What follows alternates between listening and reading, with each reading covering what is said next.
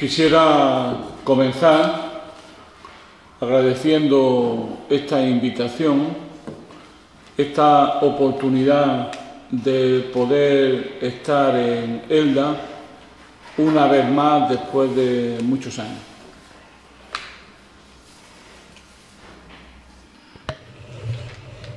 No es fácil, sin más, situarse seriamente en la realidad que vivimos. No es fácil. Y lo que está haciendo Izquierda Unida y yo estoy haciendo es un esfuerzo por clarificar la situación, hacerla asequible y que la ciudadanía tome cuenta, se dé cuenta, tome conciencia de los profundos cambios que está habiendo en el país y sobre todo hacia dónde vamos. Lo diría de otra manera, hacia dónde nos llevan los que mandan y organizan el poder. Por eso esta noche yo no voy a hablar ni de votos ni de elecciones, sino transmitiros las preocupaciones de una fuerza política modesta como es Izquierda Unida ante una situación del país especialmente dramática. Cuando uno habla del país y de las gentes, uno siempre tiene un cierto temor, un cierto miedo, una inquietud enorme. ¿Decimos la verdad o la adulcoramos? Porque cuando va uno por la calle hablando a la gente, discutiendo, aprendiendo de la gente, siempre hay una demanda, una pregunta dramática también, que es, oye, ¿dónde está la alternativa? ¿Qué hacemos? Y como que puesto la alternativa no es fácil y la realidad es dramática, uno siempre tiene miedo de que cuando termine de hablar alguien se levante y diga lo que piensa, que, oye, después de lo que acaba de decir, ¿qué nos toca? ¿Cortarnos las venas? Nos vamos llorando a nuestra casa. No hay nada que hacer. Eso a todos nosotros nos preocupa. Y especialmente Izquierda Unida, fíjense ustedes. Nosotros, ya he dicho, una fuerza pequeña, casi insignificante en este país, comandado por dos grandes fuerzas políticas, siempre acompañadas de la derecha catalana y vasca, que siempre están en el mazo del poder.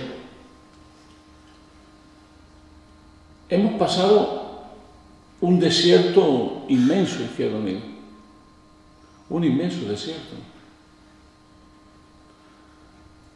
Ahora que tenemos elecciones europeas a la vuelta de la esquina, cuando la gente está viendo la verdadera naturaleza de la Unión Europea, la pregunta es, ¿os acordáis de Maastricht? ¿Os acordáis de Anguita?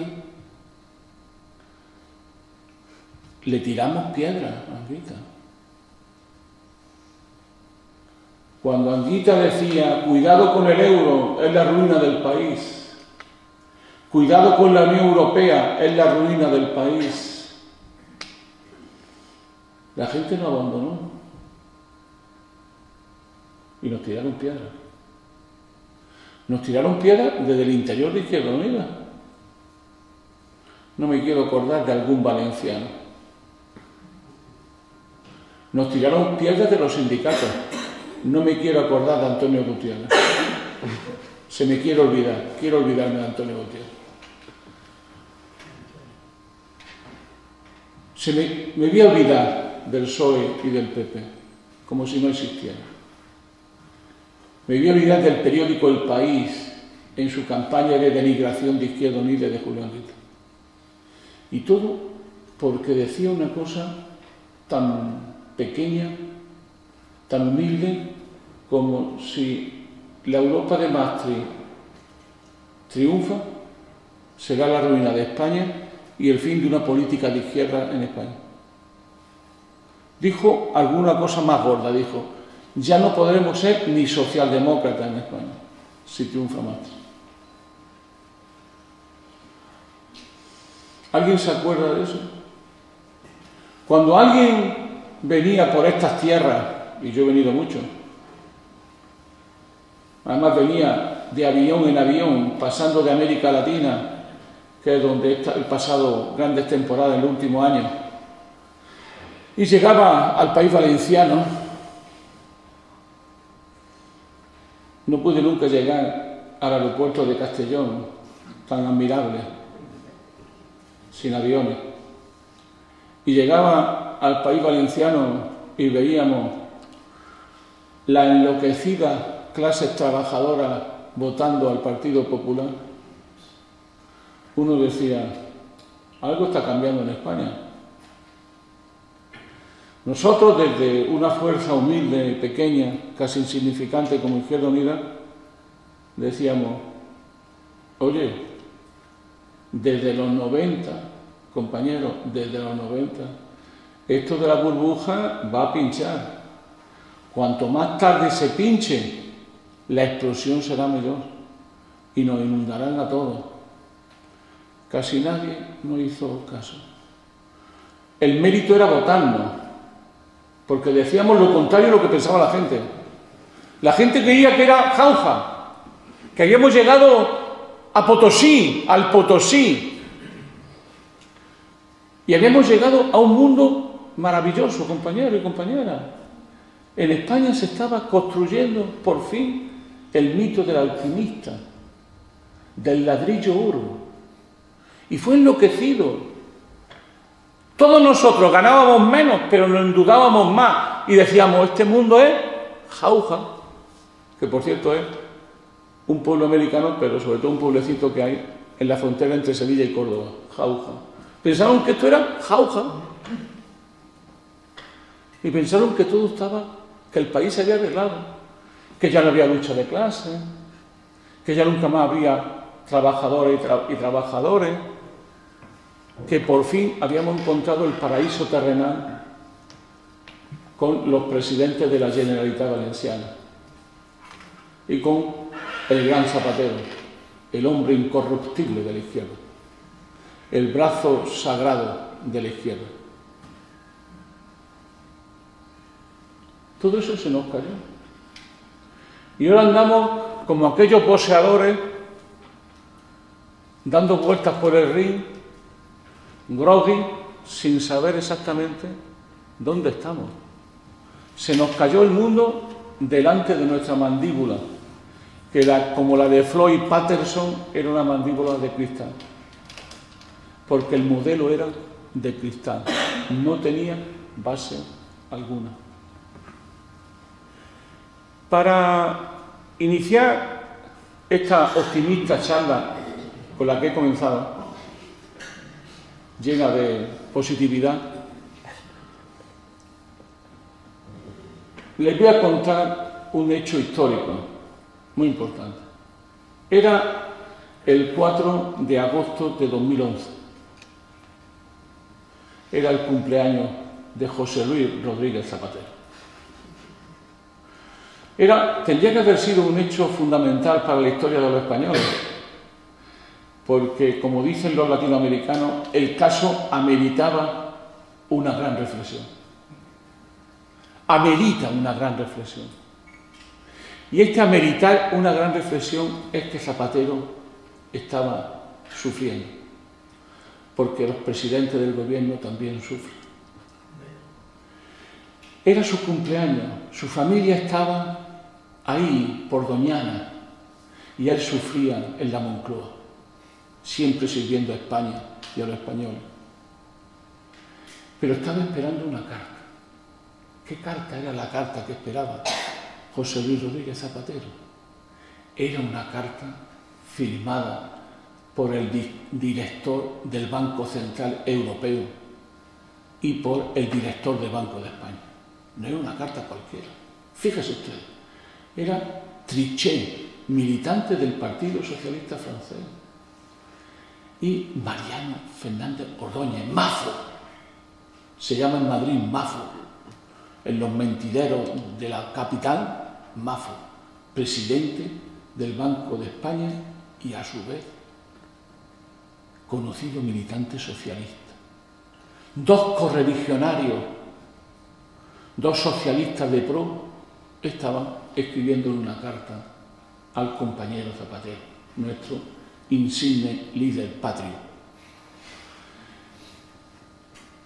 La carta nunca la hemos podido conocer hasta ahora. Y la carta existía. Yo me he dedicado durante algún año en mi vida a descubrir dónde estaba la carta. Era curioso porque antes de esta carta,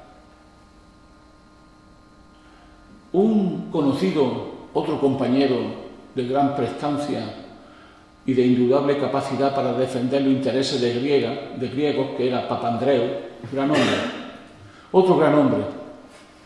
Papandreou, que tanto nos ayudó a entender cómo se puede degradar la vida de Grecia hasta llegar a un hombre como ese, desde Pericles a ese había una diferencia un poco grande. Pues este nuevo Pericles de la historia griega se le ocurrió unos días antes decir: hay que someter a referéndum las medidas de ajuste griegos que le impone la Unión Europea. Porque este pobre hombre no se había dado cuenta que esas cosas no se pueden hacer. A referéndum, que la gente opine sobre el futuro de su vida, de su trabajo, de sus derechos sociales, del país. ¿En qué mundo estamos, Papandreou? Papandreou, ¿en qué mundo estamos? Hubo un golpe de Estado propiciado por la Unión Europea y lo echaron. ¿Así? Lo echaron y pusieron a un hombre llamado Papademos. Parece lo mismo, pero no es lo mismo. Papademos era a la sazón presidente del Banco Central de Grecia. Y diréis, ¿y qué hace un presidente del Banco Central dirigiendo un gobierno para el cual no tiene mayoría parlamentaria? Fijaros, este hombre tuvo mucha importancia porque era un hombre de Goldman Sachs. Goldman Sachs era un banco de inversión norteamericano. Hay un libro por ahí que dice cómo Goldman Sachs gobierna el mundo.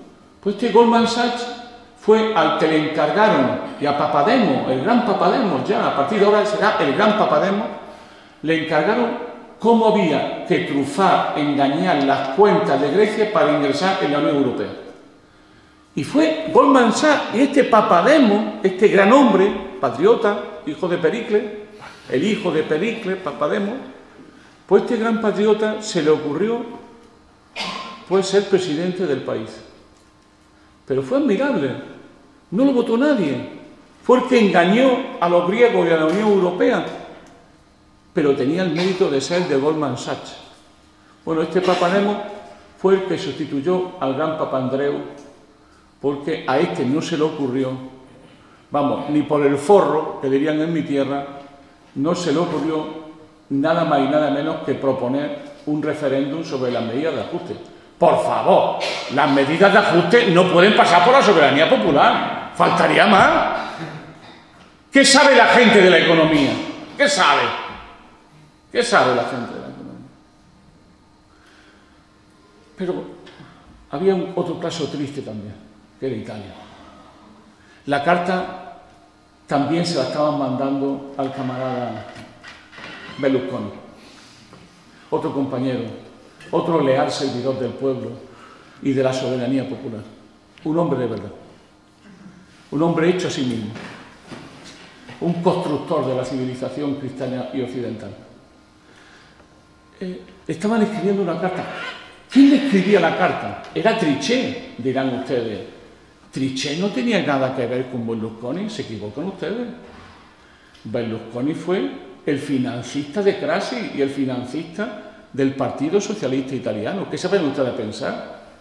Los buenos financieros financian la derecha e izquierda para ganar siempre, siempre al servicio del pueblo y de la ciudadanía.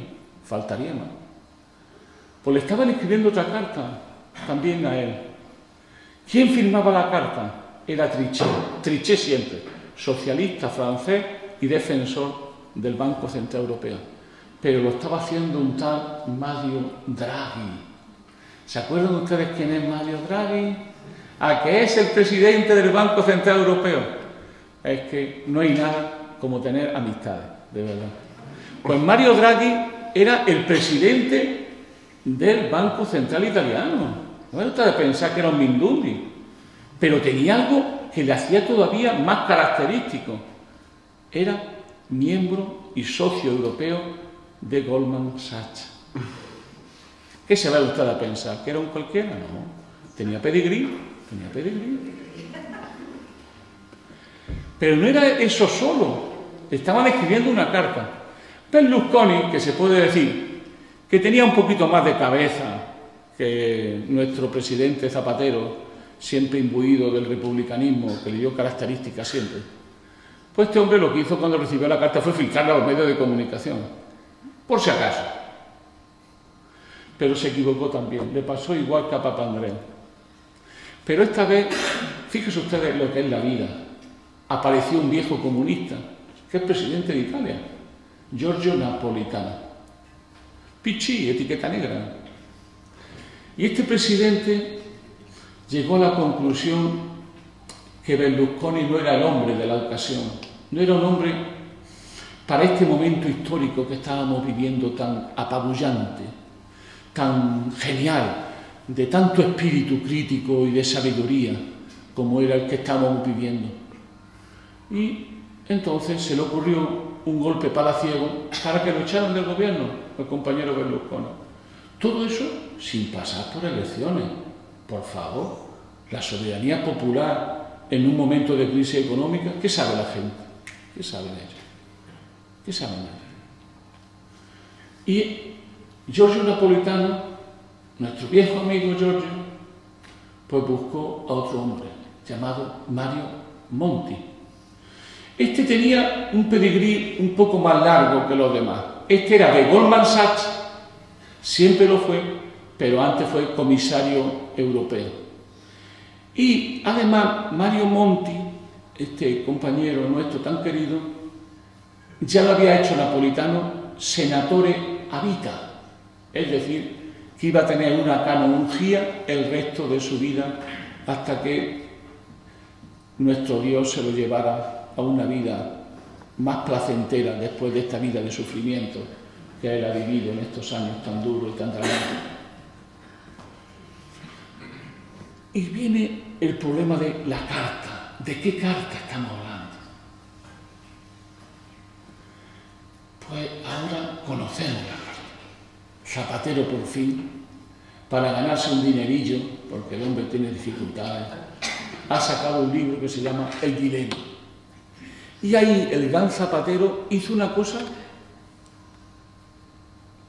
que no hizo siendo presidente, que es contarle, no ya al pueblo, al fin y al cabo ignorantes, tontos e inútiles, sino ni siquiera a la Cámara de Diputados, que sin ser geniales, algún conocimiento tendrían. Es cierto que el compañero Rajoy, nuestro actual presidente, le dijo varias veces: ¿tiene usted una carta? ¿Ha llegado el cartero? Y siempre Zapatero decía: no, no ha llegado el cartero, no le enseño la carta. ¿Pero tiene usted una carta? ¿Es cierto que el presidente del Banco Central Europeo y el presidente del Banco de España le han escrito una carta? Dijo: no, hemos recibido una carta. Pues la carta existe y la conocimos hace varios años. ¿Por qué? Porque estudiamos. Los de Izquierda Unida somos pocos, pero estudiamos mucho y leemos muchísimo e investigamos. Y en dos libros, uno de Mariano Grindal y otro de Ernesto Icarce, salieron las cartas. No me gusta pensar que aquí la gente estudiamos, somos estudiosos y leemos y todo ese tipo de cosas. Bueno, pues la carta la hemos conocido por fin en este libro excepcional, de un personaje excepcional como Zapatero, que tanto gloria ha dado a la izquierda española y tanta gloria le ha dado a los trabajadores. Bueno, ¿qué dice la carta? Uno, cuando ve los problemas que tenía España, la prima del riesgo y el riesgo de la prima del riesgo, uno esperaría que dijera, oye, ¿cómo vamos a ayudaros a salir de esta situación? Por ejemplo, la reserva, ante cosas parecidas, la reserva norteamericana, que como saben es un país de izquierda y revolucionario, cuando ocurren cosas como estas que ocurrían en España, en Italia, en Portugal y en Grecia, pues lo que hacía la reserva norteamericana era pues salir al rescate y ayudar a esos países. Había estados norteamericanos como California y la Florida que tenían todavía peores magnitudes macroeconómicas que Grecia. Fijaros, Grecia. Y esos países no se hundieron. ¿Por qué? Porque llegó la reserva norteamericana y puso dinero. ¿Por qué? Porque tiene una moneda que se llama el dólar y tiene detrás del dólar un estado que es Estados Unidos de Norteamérica. Pues no escribía de eso lo que decía el compañero Trichet y el compañero Mazo. Lo que dijeron es, o hacen las reformas estructurales que os pedimos, o no compramos deuda y dejamos que el país se hunda. Eso es. Y la reforma, diréis, ¿será sobre el mercado financiero? ¿Será sobre las cajas de ahorro? No, la reforma en todo era reformas para liquidar los derechos de los trabajadores, cambiar la legislación laboral, reducir el Estado social, impedir los derechos sindicales y propiciar el despido masivo de los trabajadores. Era lo que Michael Corleone, otra gran figura de la izquierda, en El Padrino 2 llamaba, le voy a hacer una oferta que no podrá rechazar. Eso, alguna gente pensaría que se trata de un chantaje, fíjese usted. Pero eso, Trichet no puede hacer un chantaje, ni Mazo puede hacer un chantaje. Simplemente le dijeron, o hacen la reforma que tenemos que hacer, que tenéis que hacer, o no compramos deuda española, la prima de riesgo se va a los cielos y hundimos España. Luego Trichet dijo que le hemos dado un consejo, madre mía. Con un consejo así, Michael Corleone parece una Ursulina comparado con él.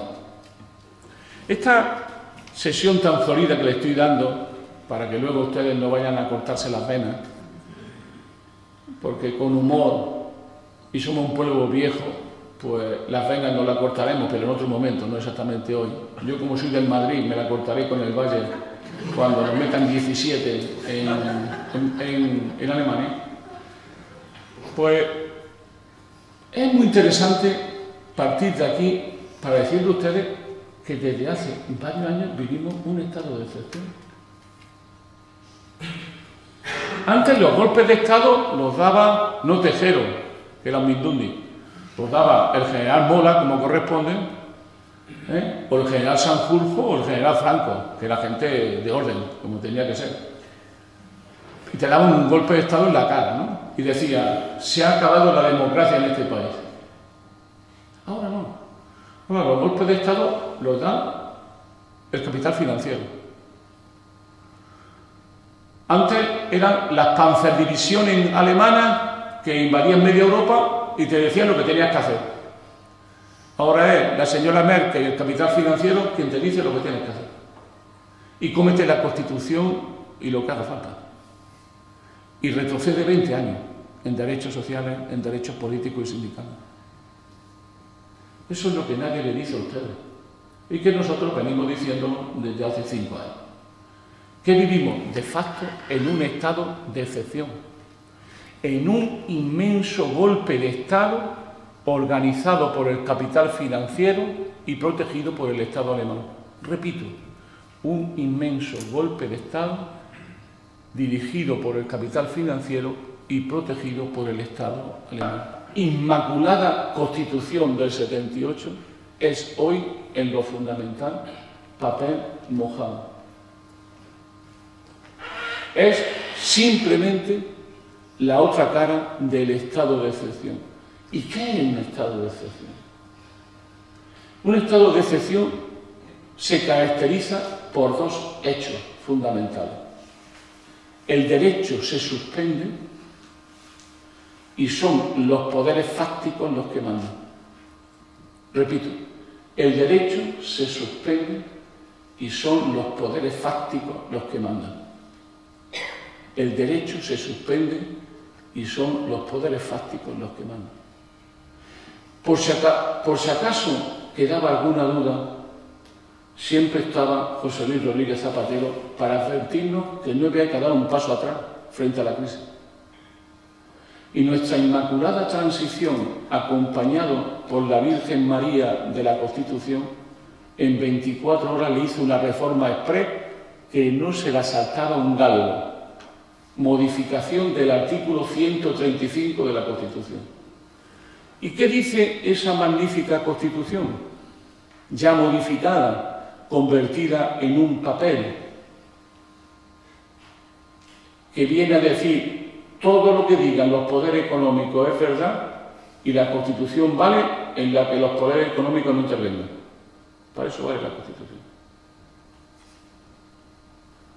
El artículo 135 es modificado, sustancialmente modificado, para garantizar dos cosas. Una, que se acabe con los déficits públicos y se garantice el equilibrio presupuestario como orientación general, que ya está reconocido en la Constitución bis de España, que es el Tratado de Lisboa de 2007, y los dos tratados que durante el 2012 se han aprobado y que ustedes no tienen ni puta idea, y que solamente la ha aprobado en contra Izquierda Unida, la ha discutido y votado en contra. Por cierto, con el apoyo de Convergencia y Unión y del PNV, de los hermanos separatistas españoles. ¿Qué dice esa Constitución? Que los equilibrios financieros se tienen que respetar religiosamente. En España religiosamente significa seriamente. Y la segunda cosa que dijeron es una cosa aún más importante. La deuda pública que España, o sea, que debemos nosotros, hay que pagarla antes que cualquier otra deuda. Tiene prioridad absoluta. Prioridad absoluta. Y hay que pagarle cueste lo que cueste. Y mientras en este año, cuando empezó la crisis, la deuda pública llegaba al 30 y no llegaba al 40 del PIB. Ya estamos llegando, graciosamente, al 100% del PIB. Significa, por ejemplo, que este año que viene, entre el principal y los intereses de la deuda, habrá que buscar como 300.000 millones de euros para llegar a final del mes. Se está convirtiendo la deuda privada en la deuda pública. Se está pasando la deuda privada a la deuda pública. Para que la paguemos todos nosotros y para que los bancos y las grandes empresas se queden limpios. Pero la deuda la pagaremos nosotros. ¿Y cómo pagan la deuda los españolitos y las españolitas? Pues subiéndole los impuestos, indirectos y directos, y reduciendo los gastos sociales y los gastos públicos sociales. Así se paga la deuda. Porque el sistema fiscal español es profundamente injusto. Y no solo lo pagan más los que más tienen, sino que hacen otra maravilla, también inaugurada por Zapatero. Siempre me acuerdo mucho de él, lo tengo en mi memoria, que es que los pobres le paguen a los ricos. Aquí tenemos un sistema fiscal que no es la ley del embudo, pero es casi lo mismo. Es un sistema por medio del cual los pagos, los pobres, los sectores más débiles de la sociedad, le pagan la fiesta a los ricos de estos últimos años. Se puede decir desde otro punto de vista, que casi todo el debate que hay en España es o mentira o medias verdades, que son peores las medias verdades que una mentira. Cuando Artur Mas está demonizado, ¿no?, como un tipo terrible, dice que quiere hacer una consulta, le sacan en medio la Constitución española, la Inmaculada y Virginal Constitución española. La primera pregunta es, oye, Artur Mas, no mientas. Cuando dice España nos roba, o Madrid nos roba, yo vivo en Madrid y le juro que yo no he visto ni un duro de eso, no he visto. Lo puede tener Esperanza Aguirre, ahora se ha convertido en una terrorista peligrosa persiguiendo policías, pero les puedo decir que por Madrid yo no he visto el dinero que dicen que nos toca, que se lleva a Madrid. Cuando dice, oye, España nos roba o Madrid nos roba, hay que decir, oye, pero... Y que además dice Artur Mas, no, nosotros queremos ser Estado independiente en Europa. Dice, pero compañero, usted no sabe, ¿usted cree que va a ser más libre en Europa que lo que ya es hoy? ¿O es que cree usted quién manda aquí? ¿Usted cree que aquí manda Zapatero? ¿Que aquí manda Rajoy? Aquí quien manda son la Unión Europea, es la Troika.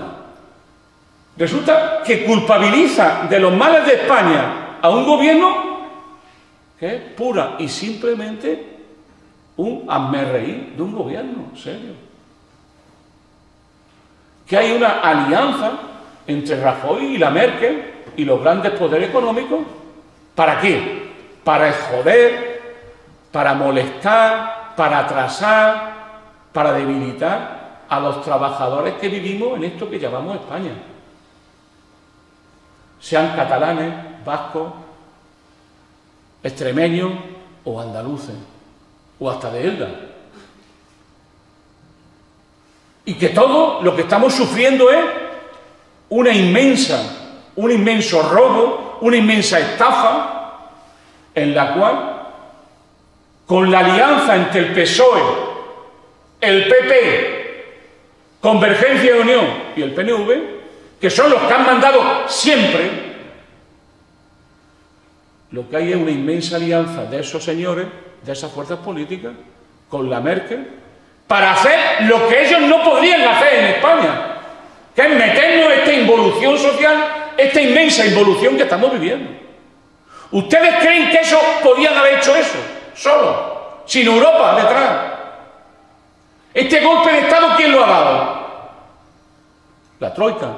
¿Y quién es la Troika? Los grandes poderes económicos. ¿Y a quién representa? Al soberano real de Europa, que es el poder económico, el capital financiero.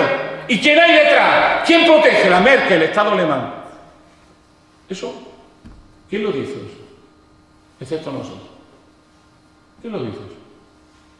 Esa es la realidad del país. Y cuando nosotros, que es de lo que se trata, ¿verdad, compañero? Vamos hablando ahí de proceso constituyente, tenemos que explicar lo siguiente. El proceso constituyente ya ha empezado, pero sin nosotros. Esa es la putada del asunto. El proceso constituyente ya ha empezado.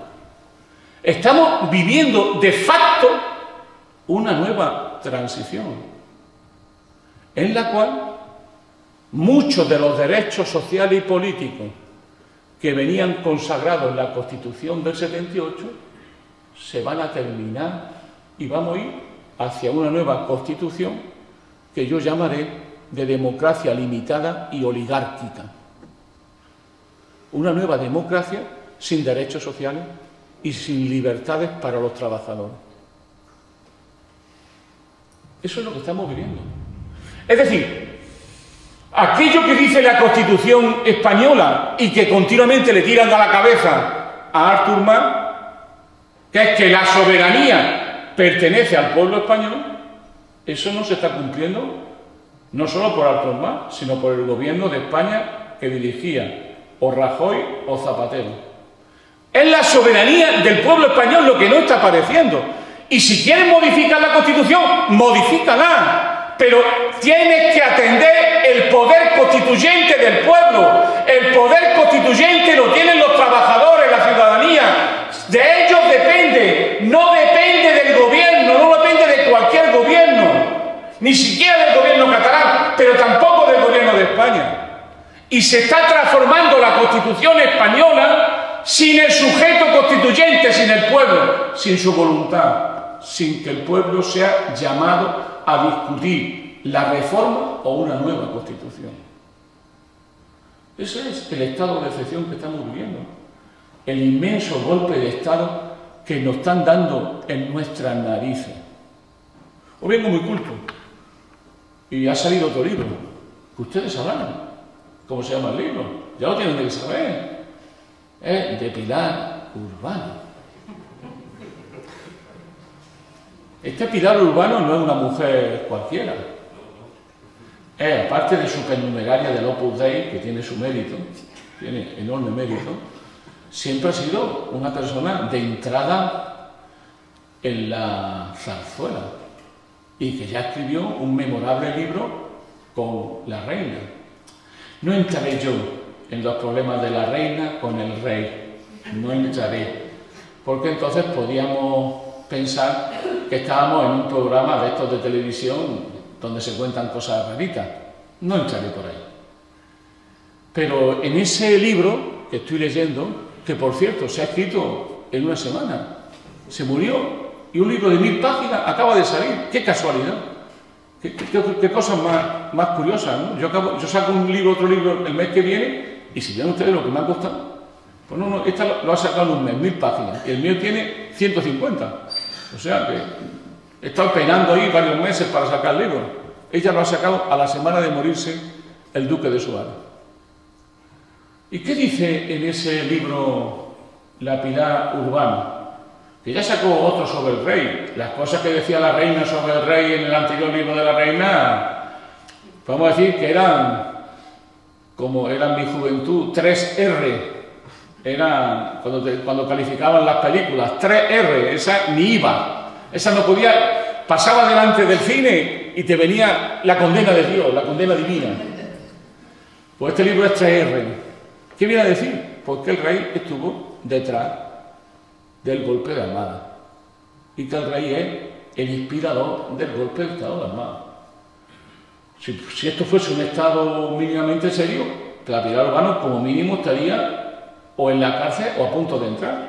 Se ha metido con el jefe del Estado, ni más ni menos. ¿Creen ustedes que le pasará algo? ¿Por qué? Porque es verdad. Pero eso no es, lo sabemos que es verdad nosotros, es que lo han escrito el coronel Martín Inglés, Jesús Palacio, mucha gente. Todo el mundo sabía que el rey algo estaba haciendo y que habían cosas raritas en ese golpe. Y la pregunta es, ¿y por qué saco yo aquí a esta bendita, nunca mejor dicho, bendita señora de la obra del Señor? Pues la saco aquí porque no es casualidad. Un libro editado por Planeta en España, no sé si ustedes lo saben, hay 2 personas que controlan los medios de comunicación y las televisiones. Son 2 empresas. Una la dirige Editorial Planeta y otro Berlusconi. También aquí Berlusconi nos deja su apoyo a favor de la libertad de expresión.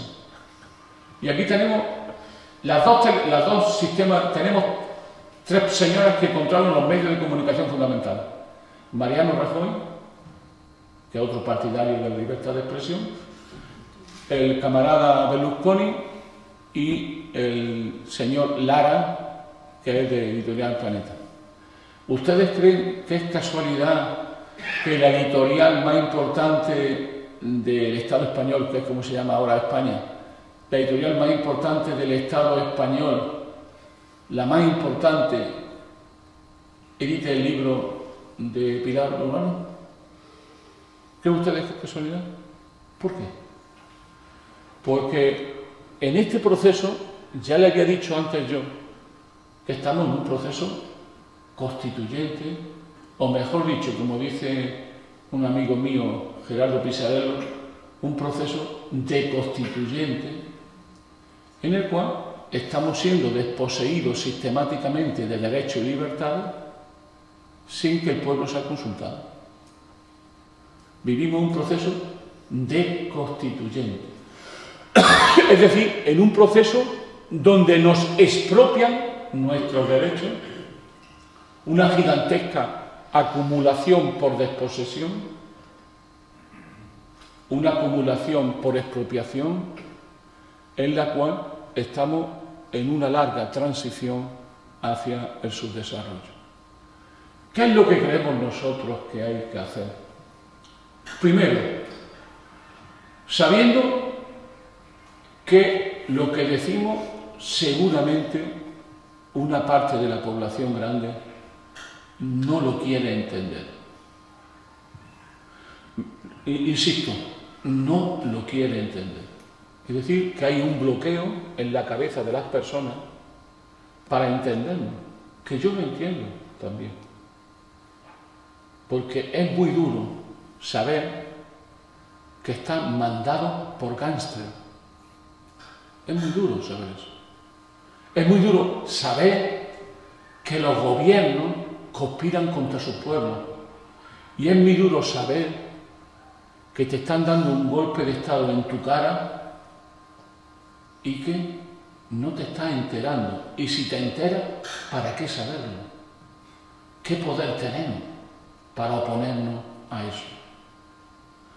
Cuando te dan un golpe de Estado, los poderes fácticos no tienen ya que justificar lo que hacen, simplemente lo hacen, en nombre de un criterio superior, llámese España, la unidad de la patria, lo que quiera, o la estabilidad de eso que llaman los mercados. Es decir, los gobiernos reconocen que por encima de la constitución formal de cada país hay una constitución material dominada por los poderes económicos y ejecutada, en este caso, por la Unión Europea, que es una gigantesca máquina de desposesión.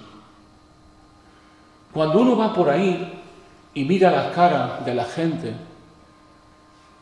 como nosotros hacemos, porque llevamos meses discutiendo con la gente, uno ve como que no quiero creérmelo, que no quiero creérmelo. La gente va buscando placebo, la gente va buscando mecanismos, va buscando medios para dejarse engañar. El principio era que la crisis iba a durar muy poco, que ya serían brotes verdes, y votaron a Zapatero como loco, y le dieron otra mayoría otra vez a Zapatero. Luego llegó Rajoy y le dijo: no os preocupéis, yo de la crisis os saco mañana, por mi cara bonita, porque yo di confianza a los mercados. Y vio una retahíla de contrarreforma y cómo nuestras libertades eran saqueadas por los poderes salvajes del capital. Ahora nos han dicho otro placebo que estamos comprando plenamente, que es que la crisis es un paréntesis en nuestra vida y que después de la crisis vendrá la recuperación y que después de la recuperación volveremos al pasado. No, al pasado no volveremos más. Hoy hay aquí algunos jóvenes. ¿Podéis explicarlos? Que expliquen ellos sus cuitas cuando van a buscar trabajo. Casi el 60% de los jóvenes hoy están en paro. Todo el mundo dice, yo tengo algunas dudas, pero todo el mundo dice que es la generación más preparada de la historia de España. Yo tengo algunas dudas, lo dejo ahí. Bueno, pues preguntárselo. Ellos ya no tienen derechos laborales. A ellos ya no les afecta nada la cláusula del Estado social, o que esto es un Estado democrático y de derecho. No le afecta para nada. Ellos ya no disponen de ninguna manera de mecanismos para regular su vida laboral. Ni cuánto trabajan, ni cómo trabajan, ¿En qué condiciones trabajan? ¿Qué tipo de contrato pueden hacer? Mañana le ofrecen un contrato a tiempo parcial, que son los que están creciendo, y lo hacen. Que trabajen 8 horas, 9 horas. O lo toman o lo dejan. Estos jóvenes que hay aquí, si no fuera por nosotros, no porque somos muy generosos, sino porque somos sus padres, estos jóvenes que hay aquí son pobres. Si no existiéramos nosotros, son pobres. ¿Ustedes creen que con lo que ellos ganan pueden crear, no ya una familia, sino vivir, llegar a final de mes? No es posible, son pobres. No les estoy hablando de un futuro incierto o que Manolo Monereo, en nombre de Izquierda Unida, les dice a ustedes, viene la catástrofe. No, no, la catástrofe es la realidad. Yo apenas cuento una parte de la realidad. Es que ellos son pobres. Yo ya los veo hasta desvestidos, miserables.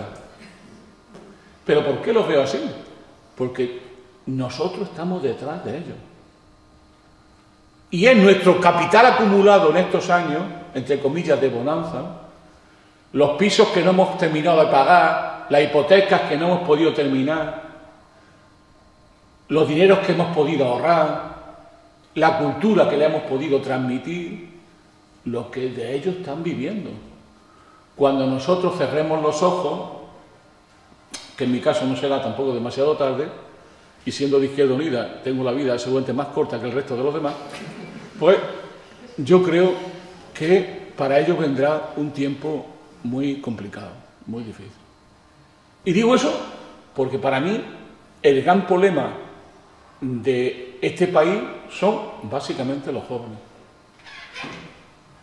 Los jóvenes. Se le está diciendo a los jóvenes, se les está diciendo que su futuro... Había la ministra esta Fátima Báez, es una maravilla, de verdad. Yo quiero ser ministra como ella cuando sea mayor, de verdad. Aquello de que eran turistas prácticamente, aventureros. Estamos viajando por el mundo de aventura en aventura buscando trabajo. Qué bonito, qué cosa, qué espíritu emprendedor tenemos los jóvenes del día de hoy. O tienen los jóvenes. Yo como soy viejo ya ni tengo ese espíritu emprendedor.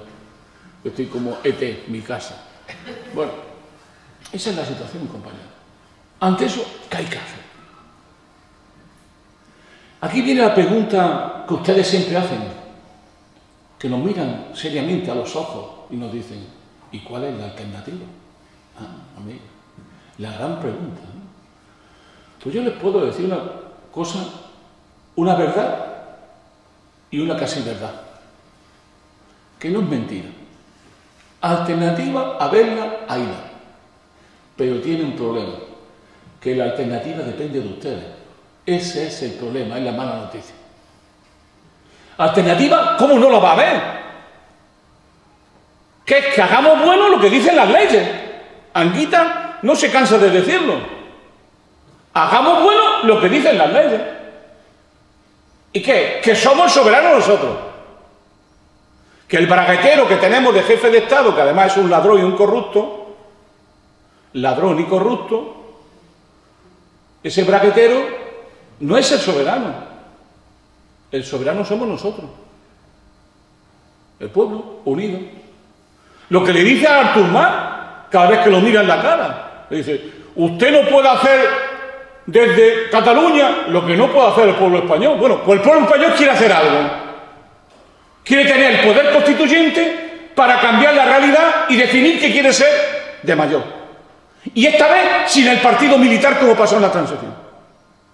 Queremos tener el poder constituyente, que las próximas elecciones generales se conviertan en un proceso, como fueron las últimas municipales del año 31, para convertirnos en cortes constituyentes y cambiar la constitución del país. Entre otros, para echar al rey.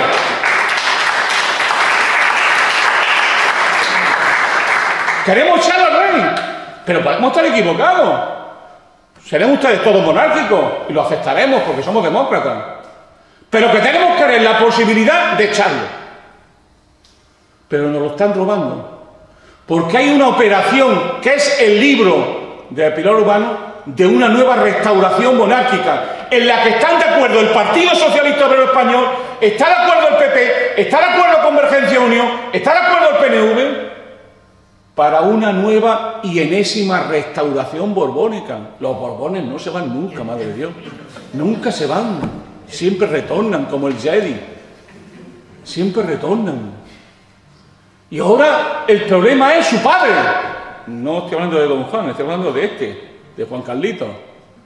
Y el problema es que no se quiere ir. Que un Borbón no le gusta abdicar. Mira que tuvo problemas su padre para abdicar, don Juan, y tuvo que traicionarlo con Franco, que era una novia de prestigio, mucho más que el de hoy. Lo traicionó con Franco a su papá. Ahora están haciendo la misma operación, que es intentar echar a Juan Carlos para poner al Principito y a doña Leticia, y en ese paquete hacer una serie de reformas en la Constitución y decir que tenemos 20 años más de monarquía. Eso es lo que hay ahora. Esa es la batalla que estamos viviendo. No piensen ustedes que nosotros salimos a la calle pidiendo poder constituyente y revolución democrática porque nos va la marcha, que por cierto nos va. No solamente por eso, sino porque hay una maniobra de restauración donde los grandes poderes económicos europeos, protegidos por el Estado alemán, están intentando que en España cambie todo para que todo siga igual. Esa es la realidad que hay. Y por tanto, alternativa existe, compañeros y compañeras. Pero el problema es que la alternativa son ustedes y no nosotros. La alternativa es la capacidad de lucha, de implicación y de compromiso que tengan las gentes, las personas, los hombres y mujeres de este país por la res pública, por la res pública, por la cosa pública, hasta por la razón pública. Si no hay un cambio de actitud, si no hay una implicación y una movilización general, lo que tendremos es una enésima restauración. Y donde simplemente estemos durante 20 o 30 años transitando en un país y en un modelo productivo que nos lleva al subdesarrollo económico y social. Estamos en Elda, estamos en una vieja zona industriosa de este país, una vieja zona de vieja resonancia anarquista y socialista, sobre todo anarquista, sobre todo anarquista. Y en esta zona, que hubo lo que Pierre Vilar llamaba una acumulación del capital liliputiense, de decenas de pequeñas y medianas empresas, muchas de ellas ligadas al calzado, ustedes ya han sufrido un cambio de modelo productivo, ¿o no se acuerdan? Ahora viene el segundo cambio, que es que adiós industria, adiós cualquier proceso de industrialización. Porque la pregunta seria, como diría un capitalista honorable, es ¿para qué producir nosotros si Alemania lo hace mejor y más barato? ¿Para qué? ¿Para qué? Nosotros a lo nuestro. ¿Y qué es lo nuestro? Primero, que nos toque la lotería con un nuevo boom inmobiliario. Están en ello, jugando a marcha forzada. Segundo, turismo, sector terciario. Y si hay tanto turismo, tan poca industria, ¿merece la pena estudiar tanto? ¿Por qué tanto estudiante? Y estudiando historia, fíjate. Toda la vida estudiando historia. ¿Eso es productivo? Además puede aprender estas cosas de la historia, por favor. ¿Para qué hace falta saber historia? Porque hace falta saber literatura, pero mucho peor, ¿para qué hace falta saber de ingeniería? Si hay miles de ingenieros en todo el mundo que están dispuestos a venirse a España a trabajar aún más barato que los españoles. ¿Para qué hace falta derechos sociales? ¿Para qué? ¿Derechos sindicales? ¿Para qué? Si la única posibilidad que tiene España es competir bajando los salarios. Si la competición que puede hacer España es bajar los salarios. Ese es nuestro futuro que tenemos, compañeros y compañeras. Cuando hablo de proceso constituyente no estoy hablando de una abstracción, estoy hablando de derechos sociales, de derechos sindicales, de involución. Y termino. La clave está en lo que pasó el día 22 en Madrid. 1 millón de personas en la calle, hubo seguramente más, pero me voy por la baja. 1 millón de personas en la calle reclamando un cambio radical en el país. No lo dijimos así, que se vayan, pero estuvimos a punto de que se vayan. Y vamos de nuevo, en octubre de este año, a irnos de nuevo a Madrid. Y vamos a intentar que sean 2 millones, 3 millones. Vamos a jugar las cartas electorales, obviamente, que hay. Y las vamos a usar para empoderar a los ciudadanos y decirles que hace falta en España una regeneración democrática profunda, una revolución democrática, una ruptura con los gobiernos golpistas que nos manejan y contra la estructura corrupta que organizan la vida pública en el país. Y la única manera que tenemos es que el ciudadano común, el ciudadano corriente, el hombre y mujer, diga basta y haga suyo aquella revolución inmensa del siglo XIX europeo, de la Revolución Francesa, que era algo tan simple y tan revolucionario de que todos somos hombres y mujeres iguales y libres y que tenemos el derecho a autogobernarnos, que alguien no gobierne por nosotros. Esa idea de república, de res pública, si no la actualizamos, alguien gobernará contra nosotros. Y es donde estamos. Yo ya terminé, gracias.